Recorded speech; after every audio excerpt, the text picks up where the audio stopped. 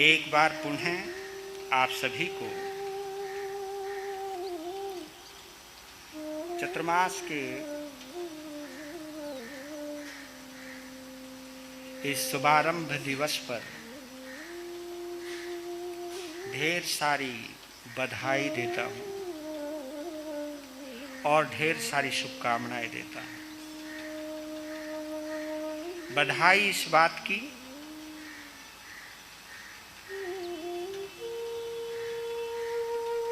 कि 2024 का चतुर्मास का प्रारंभिक दिन भी हमें दिखाने का मौका दिया। ये आयुष्य कर्म की मेहरबानी है।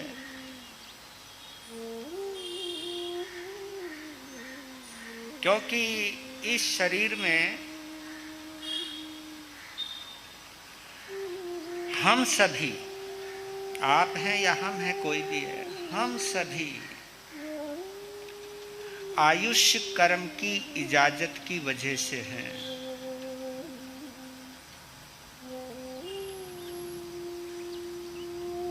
हमारा ये जो शरीर है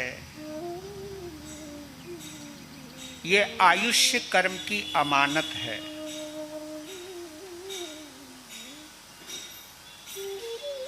ये दुनिया का जो भी नजारा है, इस दुनिया की जो भी चीजें हमें नजर आती हैं,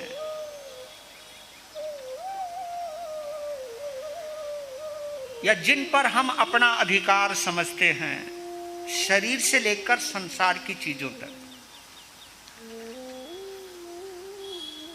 ये तभी तक है जब तक आयुष्य कर्म की अनुमति है।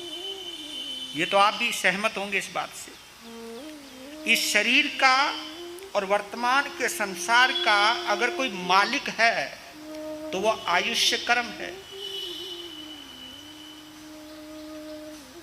आयुष्य कर्म के अंतर्गत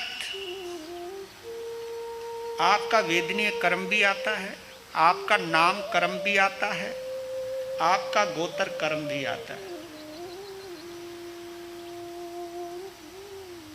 नाम, गोत्र और वेदनीय ये सब शरीर से रिलेटेड है, आपके शरीर से जुड़े हुए हैं। चाहे वो साता वेदनीय है, चाहे वो असाता वेदनीय है, चाहे वो नाम कर्म है, चाहे वो गोत्र कर्म है, ये सब आपके शरीर से जुड़ा हुआ है। तो देखा जाए तो इस शरीर का मालिक कौन? आयुष्य कर्म।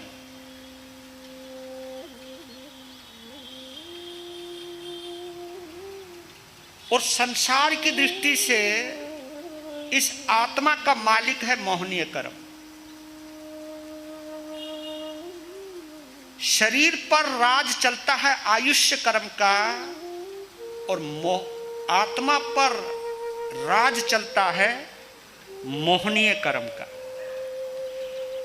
क्योंकि मोहनीय कर्म के साथ ही ज्ञानावर्णीय, दर्शनावर्णीय और अंतराय, ये तीनों कर्म मोहनीय कर्म से जुड़े हुए हैं। जैसे वेदनीय, नाम और गोत्र आयुष्य कर्म से जुड़ा हुआ है, वैसे ही ज्ञानावर्णीय, दर्शनावर्णीय और अंतराय ये मोहनीय कर्म से जुड़े हुए हैं। मोहनीय कर्म के क्षय होते ही ज्ञानावर्णीय कर्म भी नष्ट, दर्शनावर्णीय भी नष्ट और अंतराय कर्म भी।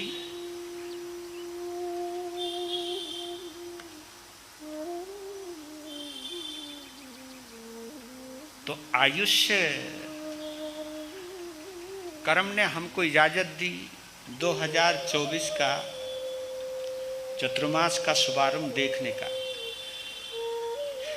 तो बनता है उसको थैंक्स तो बोल दो एक बार, हैं?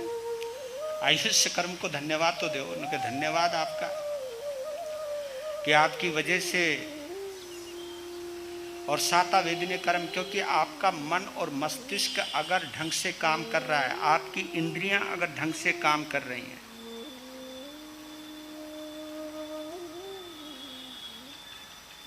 तो ये कहीं ना कहीं साता वेदनी कर्म की मेहरबानी है।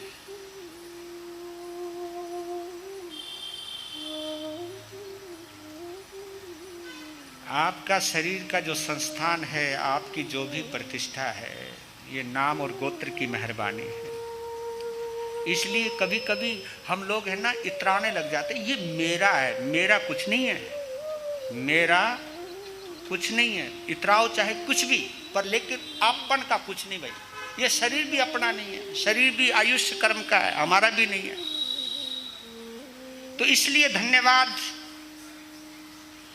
और इसके बीच में जो शुभ कर्म हैं, जो भाव के आधार पर उपार्जित किए हैं,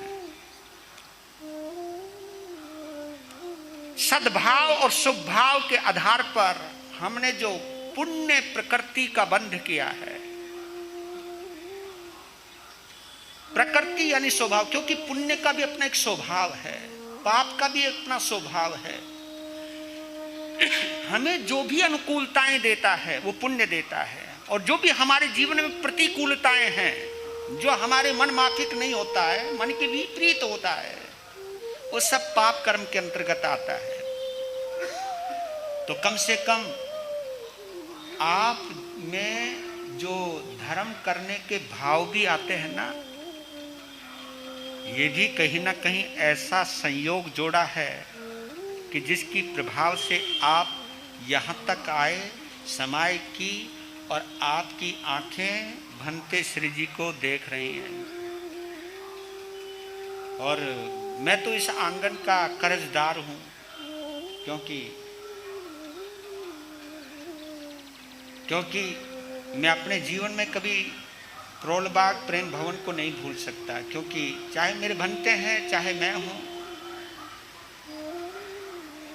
इस शरीर से और इस जीवन से जुड़ी हुई पुरानी यादों से लेकर के आज वर्तमान तक कहीं ना कहीं ये आंगन ने हमें जोड़ा हुआ है। चाहे पंजाब केसरी गुरुदेव श्री बनमुक्त प्रेमचंद जी महाराज हों, जिनके नाम पर ये प्रेम भवन है,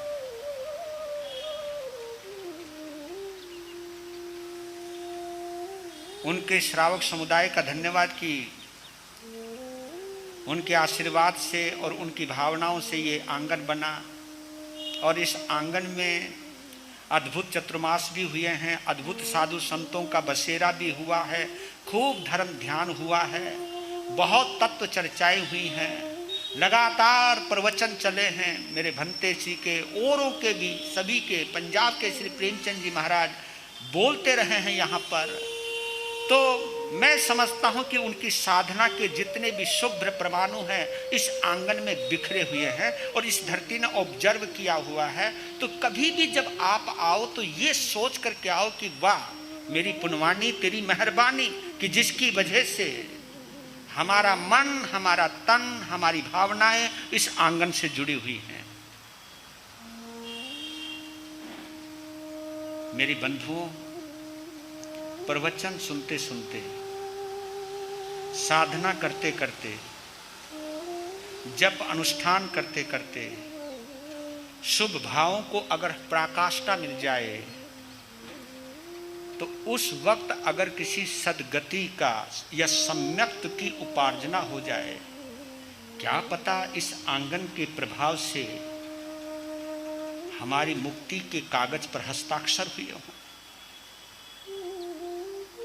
क्योंकि सम्यक्त जो है वो मुक्ति का सर्टिफिकेट है। बिना सम्यक्त के हम मुक्ति में नहीं जा सकते, और धर्म ध्यान के माध्यम से ही हमारे अंदर सम्यक्त पैदा होता है, बलवान होता है, और उसकी बलिष्ठता,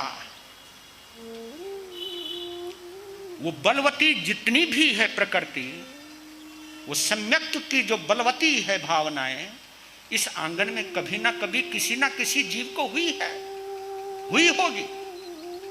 इसलिए जिनवाणी का प्रचार प्रसार प्रवचन का माध्यम है कि पता नहीं कौन सा प्रवचन सुनते वक्त, कौन सा कथानक सुनते वक्त हमारे भावों में धर्म से जुड़ने के जो भाव होते हैं, और ये भाव अगर आ जाए कि वो दिन या वो घड़ी धन्य होगी जब मैं आत्मा का परमात्मा के साथ साक्षात्कार होते हुए अनुभव करूंगा।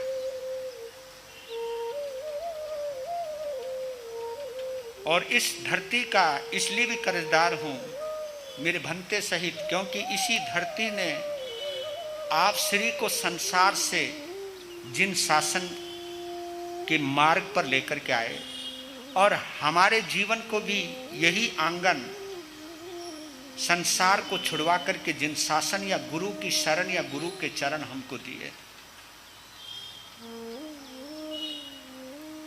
आप सोच सकते हो कि प्रवचन इधर क्यों करवाया, ये भी कुछ शंकाएं हो सकती हैं कि यार उधर से होता रहता था, इधर होता था, या इधर से इधर होता था। ये प्रवचन मैंने इधर से इसलिए करवाया कि मेरे भंते श्री जी ने 14 साल इसी दिशा में प्रवचन दिया है। और ये ईशान कौन है सामने जो है, क्योंकि इधर उत्तर, इधर पूरब और बीच में ईशान कौन है, तो अद्भुत है ये, क्योंकि ईशान कोण में ही महाविधेय क्षेत्र है और ईशान कोण में ही हमारे 20 विहरमानों का विचरण है। और वर्तमान में अगर हम अरिहंतों की कोई कल्पना करते हैं तो वो महाविधेय क्षेत्र के आधार पर करते हैं, क्योंकि इससे यहाँ पर तो कोई तीर्थंकर नहीं है, लेकिन हम महाविधेय क्षेत्र के अंदर अरिहंत परमात्मा श्री सिमंदर स्वामी को हम वंदन करते हैं। तो सोचा कि इधर से ही शुरुआत करते हैं, इसलिए इसका ये भी एक वजह रहा। लीजिए, दूसरी बात ये कहना चाहता था, चतुर्मास का लाभ उन्हीं को मिला करता है। क्योंकि एक बात जरूर कह सकता हूं, आपके जीवन में कई ऐसे हैं, माता पद्म श्री जी हैं और भी कई हैं यहां पर, जिन्होंने पता नहीं कितने चतुर्मास देखे हैं। मेरे पुराने श्रावकों में नरेंद्र जी भी हैं, रोशनलाल जी भी हैं, पुराने जो श्रावक हैं, और भी जो बीच बीच के हमारे उम्र वाले भी हैं। तो उन सभी को दिल से बधाई देता हूं कि जब घर से बाहर कदम निकलते हैं किसी धर्म स्थान के लिए, तो आपके कदम यहीं पर आ जाते हैं। तो आपके ये जो कदम है जो इस आंगन से जुड़े हैं, ये आंगन आप सभी को मुक्ति के पथ पर लेकर के जाए, ये मंगल भावना भाता हूं। ये आंगन आपके कसायों को कमजोर करे, ये मंगल भावना भाता हूं। क्योंकि चतुर्मास का और कोई बहुत बड़ा मकसद नहीं है। चतुर्मास का एक ही मकसद होना चाहिए, एक ही लक्ष्य होना चाहिए, एक ही उद्देश्य होना चाहिए कि किसी भी तरह मेरे कसाय कमजोर हो जाए, हमारे और तुम्हारे। क्योंकि मैं अपने आप को भी जोड़ के चलता हूं, क्योंकि कसाय आप में भी हैं, कसाय मेरे में भी हैं। हमारे तुम्हारे कसाय जितने कम जोर होते जाएंगे, उतना ही ये कर्मों के पर्दे के ऊपर जो पर्दे हैं, परत के ऊपर जो परत है, वो परत हटती जाएगी। हमें आत्मा का अनुभव होगा, तो जिनमें कसायों की प्रचुरता है वो कभी आत्मा का अनुभव नहीं कर सकते, और कसाय जिनके कमजोर होते जाते हैं वो आत्मा के आनंद का अनुभव कर सकते हैं। कसाय जितने कमजोर होते जाएंगे, वो सम्यक्त की क्या स्पर्शना है। सम्यक्त को जब हम छूते हैं, सम्यक्त को जब हम स्पर्श करते हैं, और उसमें से जो अनंत आनंद की अनुभूति होती है, ये वही प्राप्त कर सकता है जिसके कसाय कमजोर। कसाय कितने हैं? अरे 4 ही तो हैं कसाय। 4 कसाय 4 महीने हैं, टारगेट बना लो भाई। वो देखो, प्रारंभ के जो 2 कसाय हैं ना, उनका रिलेशन सीधा 50वें दिन से जुड़ा हुआ है। क्रोध कम करो, मान कम करो। जब ये दो कसाय कमजोर हो जाते हैं या कमजोर पड़ जाते हैं तो मालूम है आपके अंदर छुपी हुई जो करुणा की धारा है, आपके अंदर छुपा हुआ जो एक प्रेम है, आपके अंदर छुपा हुआ जो मैत्री भाव है, वो ऊपर आने लगता है। और जब मैत्री भाव ऊपर आने लगता है तो क्षमा भाव ऊपर आने लगता है। जब क्षमा भाव ऊपर आने लगता है तो मालूम है आपको, सभी चेहरे सुहावने लगते हैं, सभी अच्छे लगने लगते हैं। Thanks for watching. वीडियो पसंद है, ये संवत्सरी का वो प्रभाव है जहां पर हम कंपैरिजन करना बंद कर देते हैं, तुलना करना बंद कर देते हैं, क्योंकि तुलना वही करता है जिसमें भेदभाव है। मुस्कुराते रहें। जिसमें संभाव है वो कभी, तुलना तो समझते होंगे आप, कंपैरिजन कोई भी, ये दुनिया में लफड़ा कंपैरिजन का तो है। पहले कंपैरिजन करो जी, फिर कंप्लेन करो जी, क्योंकि कंपैरिजन के बाद कंप्लेन आता है और कंप्लेन के बाद फिर क्रिटिसाइज करो जी। ये जो ट्रिपल सी है हमारे जीवन की, ये कहीं ना कहीं हमारे ऊपर कर्मों के आवरण को मजबूत करती चली जाती है। और इसकी शुरुआत अगर कहीं से है तो वो कंपैरिजन से है, तुलना से है। तुलना करते, उसके पास इतने लोग आते हैं, मेरे पास कम आते हैं। ये साधु भी इस पचड़े में पड़े हुए हैं, हम लोग भी इसी लफड़े में पड़े हुए हैं। यार वहां तो रौनक लग रही होगी, हमारे पास तो इतने से ही हैं। अरे क्या बात होगी भैया, मैं कभी कभी कहता हूं हमारे पास 600 ml का अगर गिलास है तो पानी तो 600 ml का ही तो आवेगा। अगर ये तो मेरी मूर्खता है जो मैं सोचूं कि 600 ml के अंदर या 250 ml, 600 ml के अंदर पूरी 20 लीटर पानी आ जाए ना, आ तो जाएगा पर सारा बिखरेगा। तो अगर इतने भी अगर इस आंगन से जुड़े हैं, ये मेरा सौभाग्य है। और आपके जितने भी चेहरे हैं मेरे लिए आदरणीय हैं, क्योंकि आप मेरे श्रावक और श्राविका हैं। आपके आधार पर ही हम परमों की आराधना करते हैं, जीवन की साधना करते हैं। आपके आधार पर ही हम अपने कसायों को कमजोर करते हैं, आपके आधार पर ही। क्योंकि अगर मेरे श्रावक और क्यों कहा है श्रावक श्राविकों का माता पिता, वो इसलिए कहा है कि जिनके सहयोग से साधु साध्वी धर्म ध्यान करने के लिए खुला हो जाए, सभी पछड़ों से दूर हो जाए। आप हमारी साधना के सहयोगी हो, इसलिए आपको माता पिता का दर्जा दिया है। मेरा श्रावक कितना उदारवादी है जो ये कहता है कि पाप हम कर लेंगे गुरुदेव, धर्म आप करो, हम आपके सहयोगी बनते हैं। तो जहां का श्रावक और श्राविकाएं किसी भी साधक और साध्वी के जीवन में सद्भाव, संभाव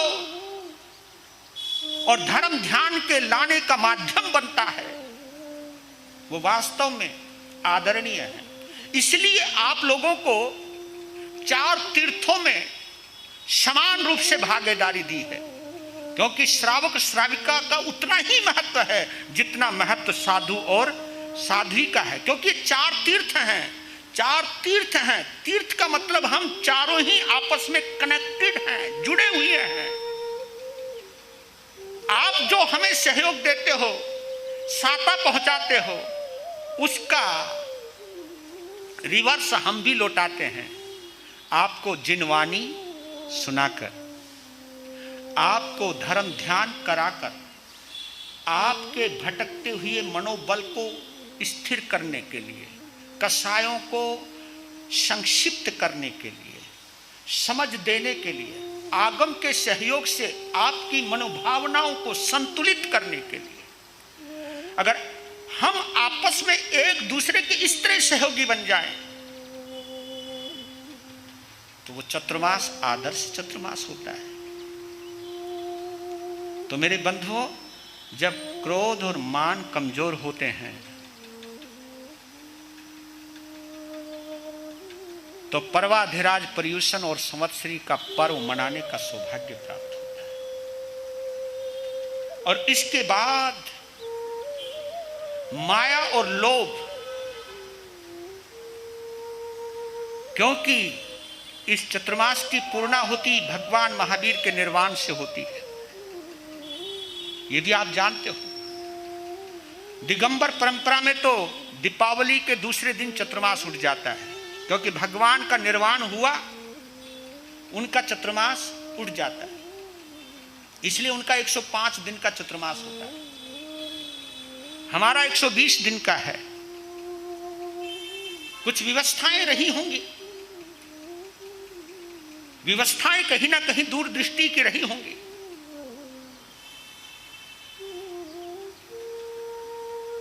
अब ये व्यवस्थाओं के बीच में हमें ज्यादा पढ़ना नहीं है, कौन ऊंचा कौन नीचा, लेकिन हम ये कहते हैं कि शुरुआत हुई है